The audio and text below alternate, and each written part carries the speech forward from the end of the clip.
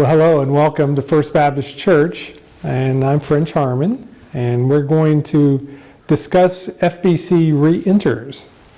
We haven't been worshiping in person since the middle of March, but with the governor's new guidelines, we're able to open up again, and we're going to proceed, unless we get other guidance along the way, on May 24th. I just want to talk for a moment about opening up the church for worship. And I really want to emphasize, if you feel uncomfortable coming back to church, or someone is at risk, if you have underlying health problems, or, there's just not a good sense of I should be going yet, please, you're not going to offend our church. I don't believe you're going to displease God, and you're certainly not going to hurt my feelings. I just want you to use, wisdom. The Lord has given us wisdom. And so if you feel uncomfortable in any way, the church staff and I just want you to know that we understand. We're not taking roll. We're not going to say, oh, so-and-so's not here. I can't believe that. No, we want you to be comfortable. And we've started taping today. This is a few days before we open, because we want to get this out and kind of give you a dry run what it's going to look like. And so I've asked David Pendley to come and join me, because things are going to be a little different. And I'm going to kind of walk over here as David joins me at the front door of the church. And why are we meeting? First of all, you may want to say something to the folks. Good afternoon. It's good to see all of you again. Looking so forward to us opening on May 24th. But we just want to know everyone to know that we want to keep our congregation safe. And so we've talked through this, we've walked through it, and we feel like we have a really good plan that will bring people back to worship, but also keep everyone safe at the same time. So it's going to start in the parking lot. Yes. Now, where are people supposed to park? We recommend that everyone park in the north parking lot across from the Dairy Queen, the east parking lot, which is the funeral home parking lot, or the south parking lot, the BB&T parking lot. You need to park there because no doors of the church will be open for entry except the front doors. So you need to park in one of these three spaces and come to the front. And outside, there's going to be spaces marked off 6 feet apart. Yes. Down the center sidewalk, there will be spaces 6 feet apart, and down the street sidewalk, we'll also have them marked 6 feet apart, so that you and your family can keep a safe distance. We want to really focus on, social distancing, and, just everyone just use their own judgment. This is going to be something that's a new norm. But when they approach the doors, something new that's going to be here to, I guess, check everyone's temperature. What's that? Yes, but before they get to the door, we're going to encourage everyone to wear their mask. If you have a personal mask, wear it and bring it. If you don't have one, the church will provide one, and there'll be a greeter outside the door who can hand you a mask to come in. But Dr. Harmon, you're correct. We have had a person that has donated 2 cameras, which will actually take the temperature as you come through the door. And so once you're inside the door, if you have a temperature of 100.4, that it will flag you, it will trigger, and we'll be notified of that. And at that time, one of the greeters will usher you over to this private area that's been set over here on the wall, and a second temperature will be taken. That's not to embarrass you or anything like that. We want to do it in private, but we want you to know that you might be sick and you may want to refrain from worship that day. Now, these cameras that's checking the temperature, where are they going to be located, and how do they have to stop and get it? How does this work? The best of my knowledge, this door, for instance, this door and the door directly behind you will be the 2 points of entry. And the camera will be on a tripod here, shining or focused on your forehead or on the forehead area. And as you pass by, understand you just slow down a little bit and it will take your temperature. Infrared. Infrared, yes, sir. Okay.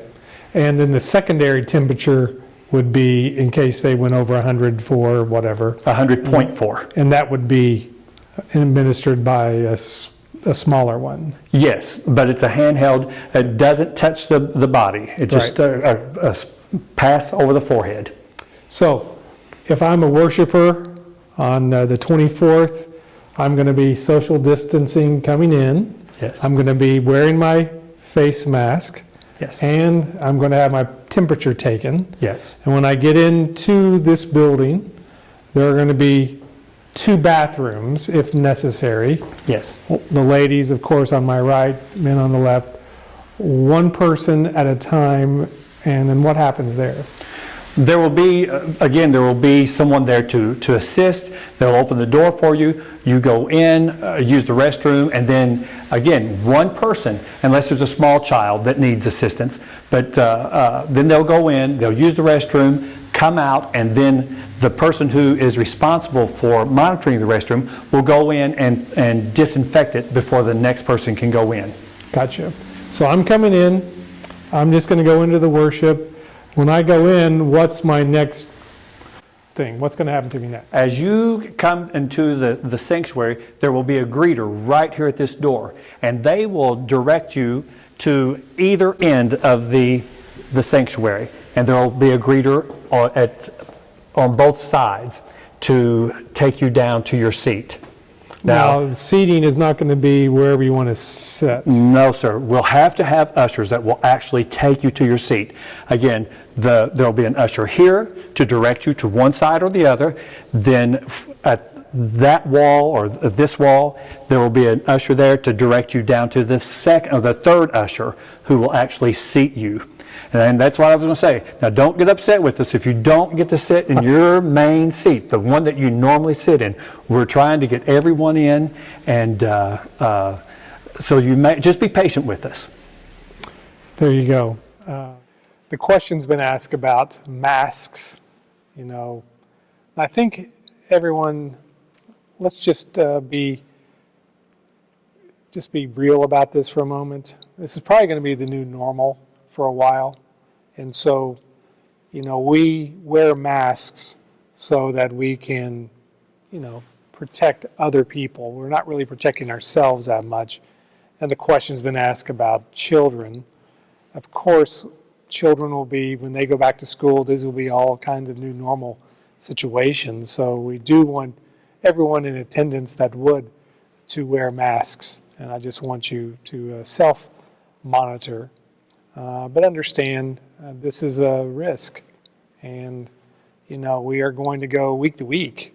I mean, if we see things that aren't going well, then we can always slow things down a little bit. So it's really important let's just use our common sense and think about our fellow Christian, our fellow man, our fellow person. I mean, it's exciting times to even come back to church, but at the same time we're cautious and we don't want to go outside of our lane. And speaking of that, David and the whole staff really has spent a lot of time thinking about how we're going to set up the sanctuary for worship. And so I'm going to go back here to David and ask you to kind of take it from here. What have you been thinking about how people are going to sit and exit and move about? Okay. Dr. Harmon, in order to keep everyone 6 feet apart, we have closed every other pew. And so that allows 6 feet from this person sitting and 6 feet there. We've also blocked off 6 feet in the center. So I have divided the sanctuary up this way, the downstairs and the balcony. Right now we can get around 80 family units here in the sanctuary by doing this. And each section, I've divided the sanctuary and the balcony up into 12 different sections. And there will be a sign on the 3 rows which are in section 1, and it will also tell you to exit through the north canopy, for example. And so the pew will be marked and the exit will be marked. I will be directing people, the ushers will be directing people, and you shouldn't have any problem. We should be able to get everyone out of the sanctuary within 10-15 minutes because different sections will be moving constantly. and to exit the building. So I think we've got a really good exit plan. Well, during the worship service itself, it's going to be a little shorter. It's going to be around 45 minutes because some of the elements that we traditionally experience, like passing of the plate or fellowshipping and handshaking, all those things are not going to take place for the foreseeable future. And so we also need time to disinfect the sanctuary in between services. David, how's that going to work? We have our maintenance supervisor, Phil, and Tina, our custodian, who will be here. But we'll also need about 10 people who are willing to help them. And they'll be assigned areas, and it should take them each about 10 minutes in each area. A total of about 20 minutes if we have these 12 people who can they'll wear masks, gloves, and given the products to come in and disinfect the entire building. Again, about 10 volunteers is what we'll need. What about the fog machine? Well, that's right. We have ordered a machine which is used by healthcare people to disinfect emergency rooms, emergency vehicles, and they'll just go in, and that takes about 15 minutes to do that. And we've ordered it. It's not here yet. On delay, probably another 2 or 3 weeks. So as soon as that comes in, Phil will be able to come through and wipe it out by himself, pretty much. But until then, we're going to need the volunteers to help us. Okay. And what about offerings? How do people give their offerings? We're not going to pass the plate. No, we can't pass the plate. So there'll be receptacles at every exit. You can either drop that offering in the receptacle as you enter the sanctuary or as you exit. There'll be baskets, there'll be large receptacles there that you can drop your offering into. Some of the things that will probably be a little surprising to people, and David, you can explain this a little better. We're going to remove a lot of the soft seating in both the vestibule and maybe even in the bridge. Why is that? If there's chairs, we're tempted to sit down where we really shouldn't. And because, again, we're trying to keep everyone safe, we don't want people to just sit and visit. Unfortunately, right now, we just can't do that. So we're going to remove the soft seating from the vestibule and from the bridge area. And Dr. Harmon, you mentioned the bridge, and let me just go on to say, I have divided the sanctuary, the main sanctuary, into 12 sections. And again, we can accommodate about 80 family units. However, I hope that we have more than that. I hope we have 100 family units. And so because of that, we have designated the historic sanctuary as an overflow, and there'll be screens in there.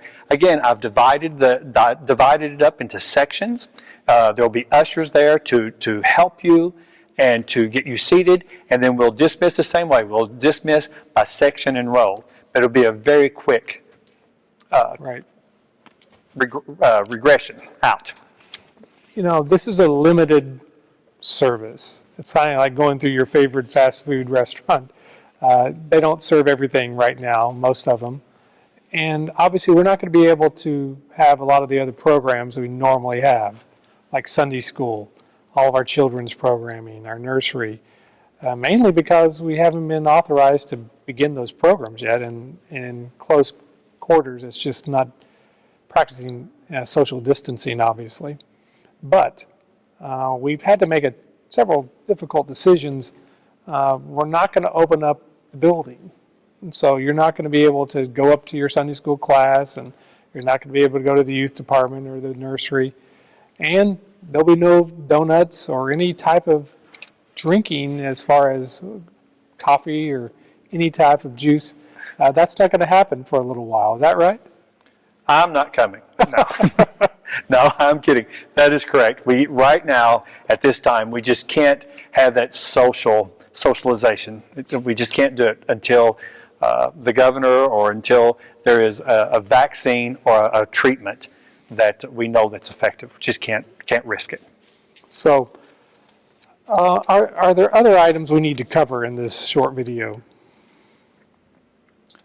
We will have hand sanitizer available for people. Again, wear your mask if you have them, and if not, we'll provide those. If you need an offering envelope, the same people that are passing out masks will also have offering envelopes, because all the hymnals, the Bibles, the offering envelopes and pens have all been removed from the sanctuary, because we don't want people touching those things right now. I want to thank the staff, because they've been working overtime to help go through all of the logistics to make sure we are making it as safe as we can. And First Baptist Church is, as I've mentioned several times over the last few months, we've been through a lot, 200 years. This is one kind of for the record books. Nobody's ever walked this particular type of thing before. But the last pandemic was in 1918, but it was so regionalized. Today, this is so worldwide. And so it's affecting everything. It's affecting churches and ministries. But we're glad that our message, in many ways, is going around the world, and people are noticing.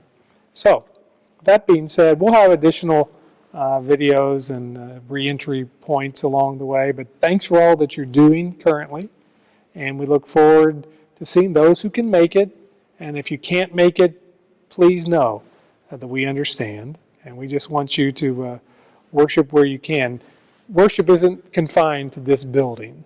God's a big God. And He knows your heart. He knows your abilities. And He knows your condition. So please don't put yourself or others at risk. But if you do come, and we look forward to having you come, please follow these guidelines. Thank you, and God bless.